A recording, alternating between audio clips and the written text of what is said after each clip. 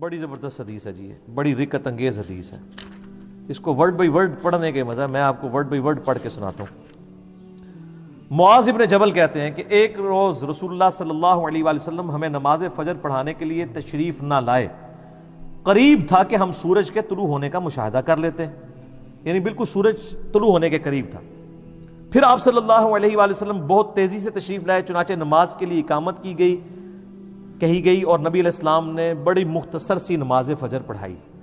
جب آپ صلی اللہ علیہ وآلہ وسلم نے سلام پھیرا تو بآواز بلند فرمایا، اپنی جگہوں پر ایسے ہی بیٹھے رہو.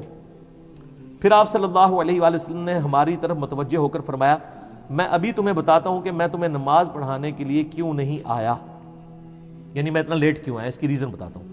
میں رات کو بیدار ہوا، وضو کیا، جس قدر مقدر میں تھا میں نے نماز پڑھی. مجھے نماز میں اونگ آنے لگی، حتیٰ کہ وہ مجھ پر غالب آ گئی. تب میں نے اپنے رب کو بہترین صورت میں دیکھا، خواب کے اندر.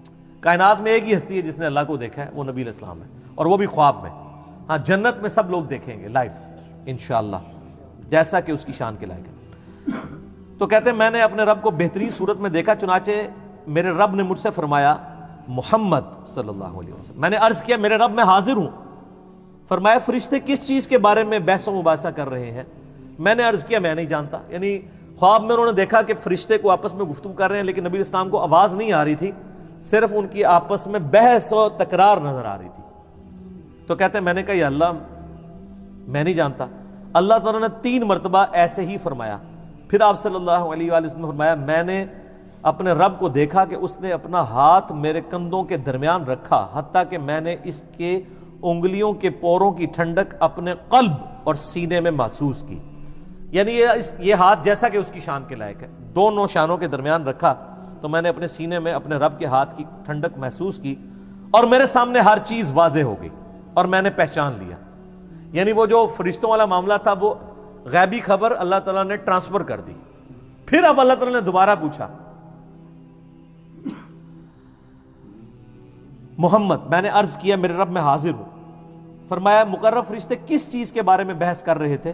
میں نے عرض کیا گناہ مٹا دینے والے اعمال کے بارے میں. تو اللہ نے فرمایا کہ محمد وہ کیا ہیں؟ میں نے عرض کیا جو کچھ اب فرشتوں والا علم حضور صلی اللہ علیہ وسلم کو بھی ٹرانسفر ہو گیا، کہ باجماعت نماز پڑھنے کے لیے پیدل چل کر جانا. ہائے ہائے، یہ گناہ مٹا دینے والے اعمال ہیں جو سورۃ الانعام میں سورہ طٰہٰ کے اندر آتا ہے نا کہ جو گناہ ہیں وہ نیکیاں جو ہیں گناہوں کو مٹا دیتی ہیں. تو یہ سورہ ہود کے اندر نیکیاں گناہوں کو مٹا دیتی ہیں. تو وہ کون سی نیکیاں ہیں؟ پیدل نماز کے لیے چل کے جانا، نماز کے بعد مسجد میں ہی بیٹھے رہنا، یہ دوسری نیکی. ناگواری کے باوجود اچھی طرح مکمل وضو کرنا، یعنی سردیوں میں تکلیف اٹھانی پڑتی ہے، ظاہر ہے آپ اگر صحیح کامل وضو کرتے ہیں. فرمایا پھر وہ کس چیز کے بارے میں بحث کر رہے تھے؟ میں نے عرض کیا درجات کے بارے میں. تو اللہ نے فرمایا وہ کیا ہیں؟ میں نے عرض کیا کھانا کھلانا، کسی غریب کو کھانا کھلانا، نرمی سے بات کرنا، یعنی اگر کسی کو آپ نے کچھ دینا نہیں ہے کم از کم اسے جھڑک تو نہ دے بلکہ نرمی سے بات کریں. اور جب لوگ سو رہے ہوں تو نماز پڑھنا، یعنی تہجد کے لیے اٹھنا. اور ایک تو ڈیٹم لیول ہے جو ہم پہ فرض ہے، وہ فجر کی نماز ہے کہ آپ نے اٹھ کے نماز پڑھنی. تو پھر اللہ تعالیٰ نے فرمایا یہ سر وہ کلائمیکس ہے. اللہ تعالیٰ نے فرمایا اے محمد کچھ مانگنا ہے تو مانگ لو. ہائے ہائے، اب نبی علیہ السلام نے جو اپنے رب سے مانگا ہے وہ ہے اصل میں دعا. اور اسی دعا کی وجہ سے اسی حدیث میں آتا ہے کہ نبی علیہ السلام نے فرمایا کہ تمہارے نبی کا یہ خواب سچ ہے، اس کو یاد کر لو اور لوگوں تک پہنچاؤ. کس لیے؟ کہ سبحان اللہ کہیں، اس لیے کہ جو میں نے مانگا نا وہ بھی اپنے رب سے مانگے. اور یہ دعا الحمدللہ میں نے 1994 میں یاد کر لی تھی جب میں ایف ایس سی میں تھا، آج سے 25 سال پہلے، جب مجھے پہلی دفعہ یہ دعا پتہ چلی تھی. اللہم انی اسألک فعل الخیرات وترک المنکرات وحب المساکین وان تغفر لی وترحمنی واذا اردت فتنة فی قوم فتوفنی غیر مفتون واسألک حبک وحب من یحبک وحب عمل یقربنی الی حبک.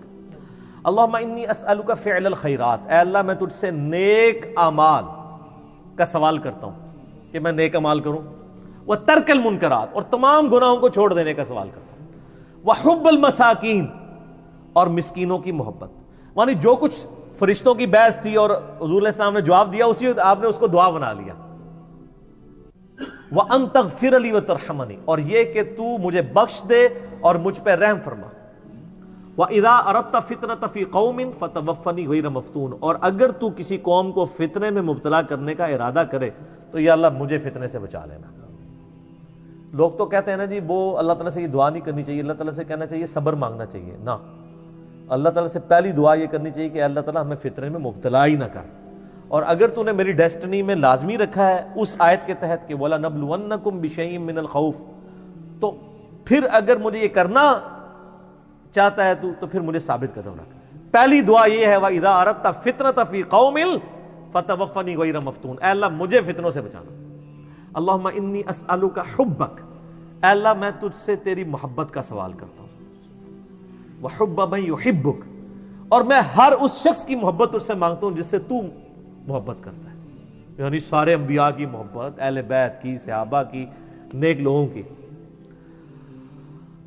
اللہم انی اسألک حبک وحب من یحبک وحب عمل یقربنی الی حبک، اور میں اللہ ہر اس عمل کی محبت تجھ سے مانگتا ہوں جو مجھے تیرا قرب عطا کر دے. یعنی میرا ہر عمل ایسا ہو کہ جو مجھے تیرے قریب کر. ایک تو وہ دعا ہے نا ابو داؤد کے اندر سنن نسائی میں کہ معاذ ابن جبل ہی کو نبی علیہ السلام فرمایا تھا اے معاذ میں تجھ سے محبت کرتا ہوں. ان کا یا رسول اللہ میں بھی کرتا ہوں. تو فرمایا معاذ یہ دعا کبھی نہ چھوڑنا، ربی اعنی علی ذکرک و شکرک و حسن عبادتک. یہ وہی دعا ہے، اے اللہ میں تیری مدد چاہتا ہوں تیرا ذکر کرنے پر، شکر ادا کرنے پر، اور اچھے طریقے سے عبادت کرنے کے پر. اور نسائی میں الفاظ ہیں اللہم کے ساتھ، یہ دونوں الفاظ ٹھیک ہے، ربی اعنی اور اللہم اعنی دونوں الفاظ سنت سے ساتھ. تو یہ دعا کی، پھر نبی علیہ السلام نے فرمایا یہ خواب حق ہے، اسے یاد کر لو اور دوسروں کو بھی بتایا کرو.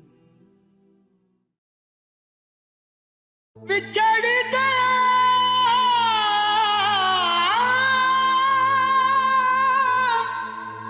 میرے دل دا جانی، تے میں ککھاں وانگر رل گئی، پھلاں نال نازک جندڑی میری وچ کنڈیاں دے رل گئی. غم سجنا دے مار مکا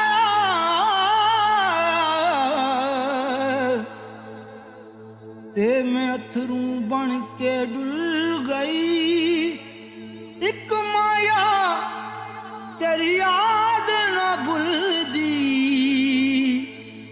باقی ہر شے جگ دی بھول گئی.